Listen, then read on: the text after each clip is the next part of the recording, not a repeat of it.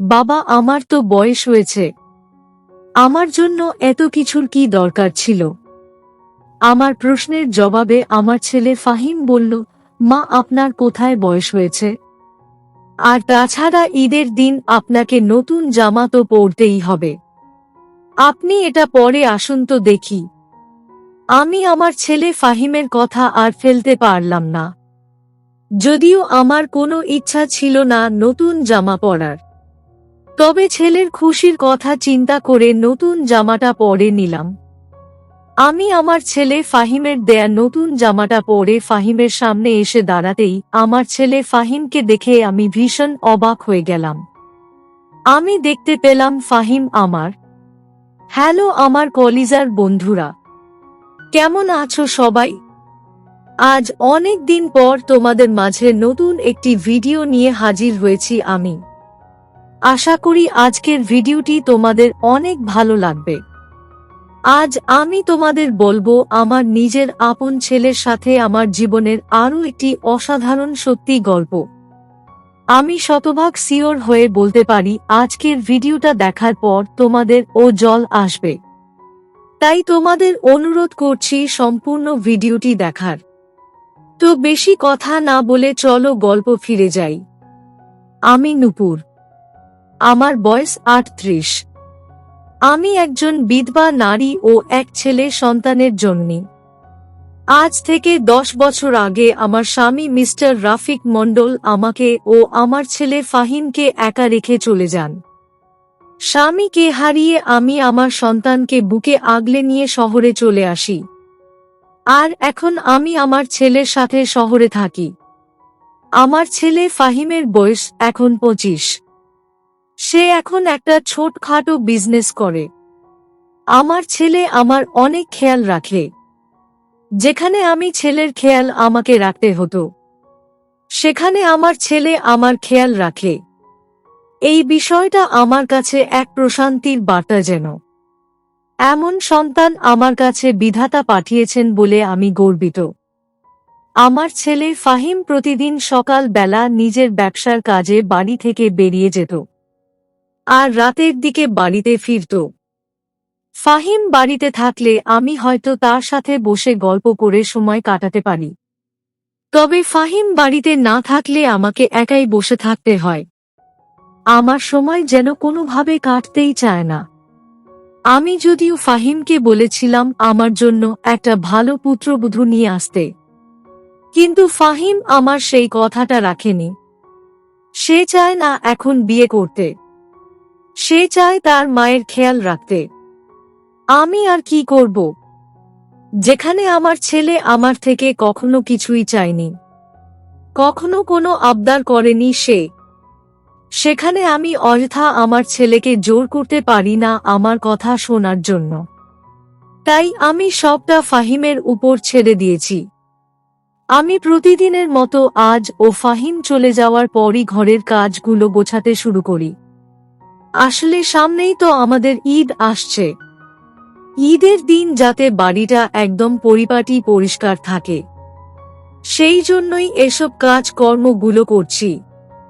আমি ঘর গোছানোর কাজ করছি আর আপন মনে ভাবছি আমার অতীতের কথা। আমার স্বামী মিস্টার রাফিক মণ্ডলের সাথে যখন আমার বিয়ে হয় তখন আমরা বয়স খুব বেশি ছিল না। বিয়ের দিন আমি ভেবেছিলাম যে আমার স্বামী হয়তো অন্য সকলের মতো হবে। আসলে আমাদের গ্রামে মেয়েদেরকে শ্বশুর বাড়িতে তেমন কোনো সম্মান করা হয় না। আমিও ভেবেছিলাম আমার ভাগ্যটা হয়তো তেমনই হবে। তবে আমার এই ভাবনাটা ভুল প্রমাণিত হয়। আমি শ্বশুর বাড়িতে পা রাখতেই বুঝতে পারি আমার স্বামী আসলে তেমন লোক নয়, যারা নিজের স্ত্রীর সম্মান করে না। আমার স্বামী আমাকে অনেক সম্মান করতেন। আমিও আমার স্বামীকে অনেক স্নেহ করতাম। বিয়ের পর আমার কোলে ফাহিম আসলে। ফাহিম আসতেই আমাদের বাড়িতে খুশির ঝড় উঠে গেল। আমরা সবাই অনেক খুশি ছিলাম। তবে কে জানতো আমার এই খুশিটা বেশি দিনের নয়। আমার সন্তান ফাহিম একটু বড় হতেই আমার স্বামী চলে গেল। আমার ভাগ্যে স্বামীর সুখ বেশি দিন থাকল না। আমি আবার একা হয়ে গেলাম। স্বামীকে হারিয়ে ফেলার পর আমার পরিবারের লোকেরা আমাকে অনেকবার বলেছে আবার বিয়ে করতে, কারণ তারা কোনোভাবেই চায় না আমার জীবনটা এভাবে শেষ হোক। তবে আমি নিজের কথা মোটেও চিন্তা করিনি। আমি চিন্তা করেছি আমার ছেলে ফাহিমকে নিয়ে। আমার বিয়ে হয়ে গেলে আমার ছেলের কি হবে? ফাহিমের বাবা যেই স্বপ্ন দেখেছেন সেই স্বপ্নের কি হবে? আমি সব দিক চিন্তা করে সিদ্ধান্ত নিলাম যে আমার আর এখানে থাকা হবে না। এই গ্রামে থাকলে আমি আমার স্বামীর স্বপ্ন কখনোই পূরণ করতে পারবো না। তাই আমি আমার ছেলে ফাহিমকে নিয়ে শহরে চলে আসি। অতীতের কথা ভাবতেই আমার কেন যেন জল চলে আসলো। আমি জলটা মুছে নিয়ে নিজের ঘর থেকে বেরিয়ে আমার ছেলে ফাহিমের ঘরের দিকে এগিয়ে গেলাম। আমি আমার ছেলে ফাহিমের ঘরের সামনে আসতেই দেখতে পেলাম ফাহিমের ঘরটা মোটামুটি গোছানোই আছে। আমি ফাহিমের বিছানাটা গোছাতে নিতেই আচমকা আমার চোখ পড়ল টেবিলের উপর রাখা ফাহিমের ল্যাপটপের দিকে। আমি ল্যাপটপ চালাতে পারি। আমি ল্যাপটপটা নিয়ে ঠিক জায়গায় রেখে দিলাম আর ফাহিমের ঘর পরিষ্কার করে আমি স্নান করতে চলে গেলাম। স্নান করে এসে দুপুরের খাবার খেয়ে নিলাম। খাবার খেয়ে আমি ঘুমিয়ে পড়লাম। আমার ঘুম ভেঙে যায় সন্ধ্যার দিকে। সন্ধ্যার দিকে আমার ঘুম ভেঙে যেতেই আমি ফ্রেশ হয়ে নিলাম। ফ্রেশ হয়ে আমি নাস্তা তৈরি করে নিলাম আর নাস্তা শেষ করে টেলিভিশনের সামনে বসে পড়লাম। আসলে আমার সিরিয়াল দেখার অনেক শখ, আর তাই আমি রোজ সিরিয়াল দেখি। সিরিয়াল দেখতে দেখতে প্রায় ঘন্টা খানেক সময় কেটে গেল। এর মাঝেই আমার ছেলে ফাহিম বাড়ি চলে আসলো। আমার ছেলে ফাহিম বাড়ি এসে আমাকে টেলিভিশনের সামনে বসে থাকতে দেখে মুচকি হেসে ফেলে আমাকে জিজ্ঞেস করল, কি ব্যাপার মা, আপনি বসে বসে সিরিয়াল দেখছেন? খুব বেশি বোরিং লাগছে কি? আমি ফাহিমের প্রশ্নের জবাবে মুচকি হেসে বললাম, এছাড়া আর কি বা করব বাবা, জানিস তো আমার আবার সিরিয়াল দেখার শখ বেশি। আমার কথাটা শেষ হতেই আমার ছেলে ফাহিম আমার পাশে বসে পড়ল আর আমাকে বলল, জানি মা, আপনার যে সব সময় মন খারাপ থাকে সেটাও আমি জানি, কিন্তু কি করব বলুন মা, আমাকে তো কাজে যেতেই হবে, তা না হলে এই সংসার আমি কেমন করে সামলাবো বলুন। আমি ফাহিমের কথাটার বিপরীতে বললাম, সেসব তো ঠিক আছে, তাছাড়া পুরুষ মানুষকে সব সময় বাহিরে কাজ করতে হয়। আমি বুঝতে পারি তোর কষ্ট, কিন্তু আমি তো তোর কাছ থেকে অন্য কিছু চেয়েছি, সেটা তো তুই আমাকে দিসনি। আমার দুঃখ সেটা নিয়ে। আমার কথাটা শুনে ফাহিমের কপালে চিন্তার ভাঁজ পড়ে গেল। ফাহিম ঠিক বুঝতে পেরে গেছে যে আমি আসলে কি বলতে চেয়েছি। ফাহিম নিজের মুখটা কুঁচকে নিয়ে আমাকে বলল, মা, আপনি এখন এসব কথা বলবেন? আমি বাহির থেকে বাড়ি ফিরেছি মাত্র, আমাকে দুটো খাবার খেতে দিবেন তো নাকি? আমি একটা দীর্ঘশ্বাস ফেলে ফাহিমকে বললাম, জানতাম আমার কথাটা এমনভাবেই এড়িয়ে যাবি তুই, তোকে বলে কোনো লাভ নেই, আসছি আমি।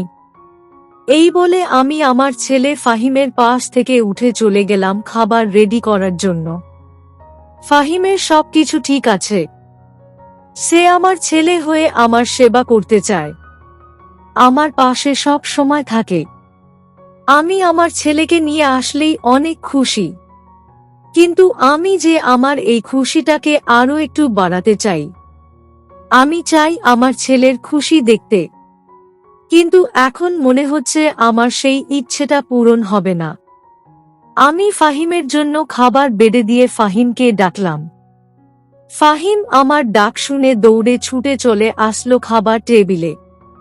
আমি ও ফাহিমের সাথে বসে খাবার খেয়ে নিলাম।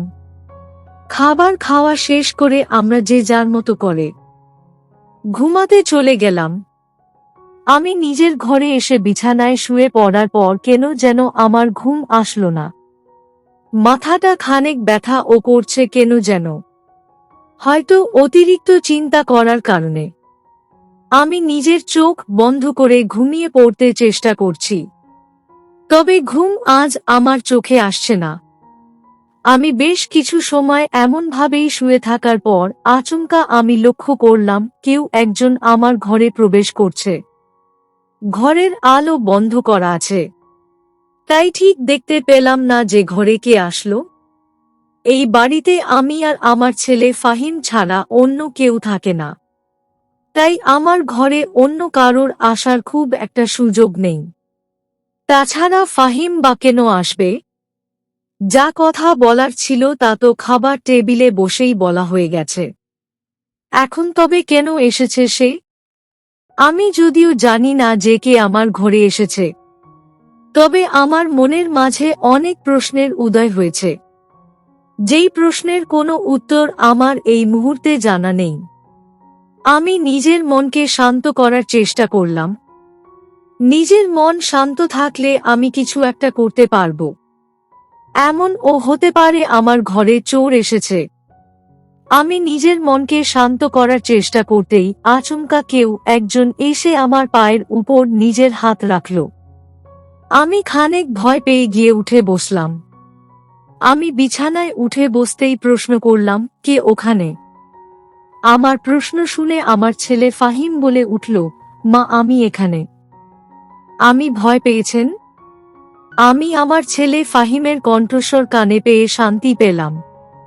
আমি আমার ছেলেকে বললাম, না রে বাবা, আমার আবার কিসের ভয়? এত রাতে আমার ঘরে কেন এসেছিস? কিছু কি বলবি? আমার প্রশ্নের উত্তরে আমার ছেলে ফাহিম মুচকি হেসে বলল, না তেমন জরুরি কথা নয়। তবে মা সামনেই তো আমাদের ঈদ। কেনাকাটার জন্য আপনি যাবেন নাকি আমি যাব? আমি ফাহিমকে বললাম, আমার জন্য আবার কি কেনাকাটা? আমার কিছু লাগবে না, তুই শপিং করে নিস।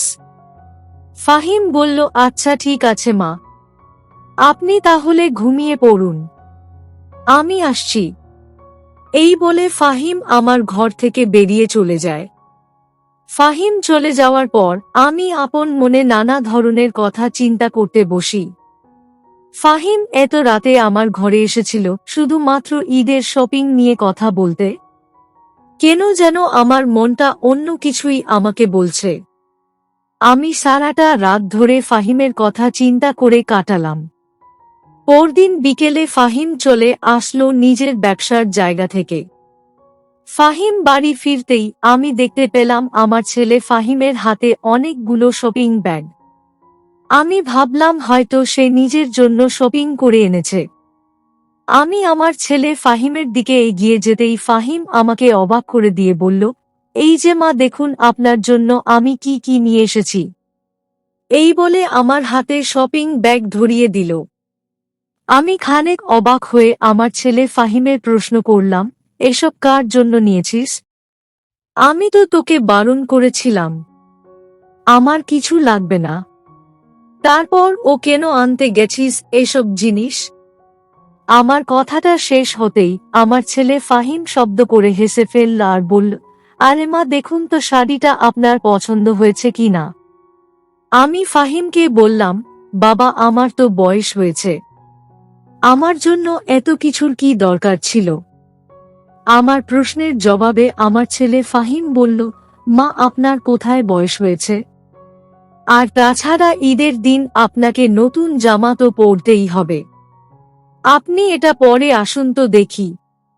আমি আমার ছেলে ফাহিমের কথা আর ফেলতে পারলাম না, যদিও আমার কোনো ইচ্ছা ছিল না নতুন জামা পরার।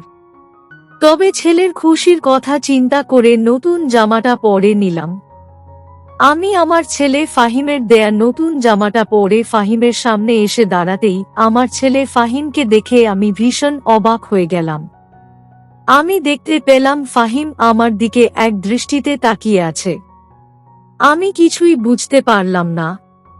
আমি খানিক অবাক হয়ে আমার ছেলের দিকে দৃষ্টিপাত করতেই আমার ছেলে ফাহিম আমাকে উদ্দেশ্য করে বলে উঠল, মা আপনাকে এই শাড়িতে অসম্ভব সুন্দরী লাগছে, আপনি আয়নাতে নিজেকে দেখলে চিনতেই পারবেন না।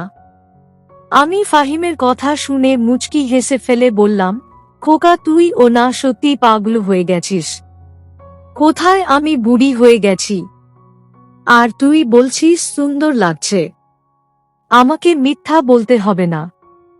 ফাহিম বলল, আরে মা আমি আপনাকে কেন মিথ্যা বলবো, আপনি চলুন তো আমার সাথে। এই বলে ফাহিম আমাকে তার সাথে করে আয়নার সামনে নিয়ে গেল আমায়। আমি আয়নার সামনে গিয়ে আয়নার দিকে তাকাতেই নিজেকে দেখতে পেলাম। সত্যি আমাকে আজ অনেক সুন্দর লাগছে।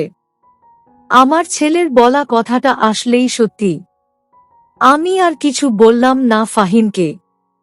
ফাহিম আমাকে নিশ্চুপ দেখে আমাকে জিজ্ঞেস করল, কি হলো মা, কিছু বলবেন না এখন?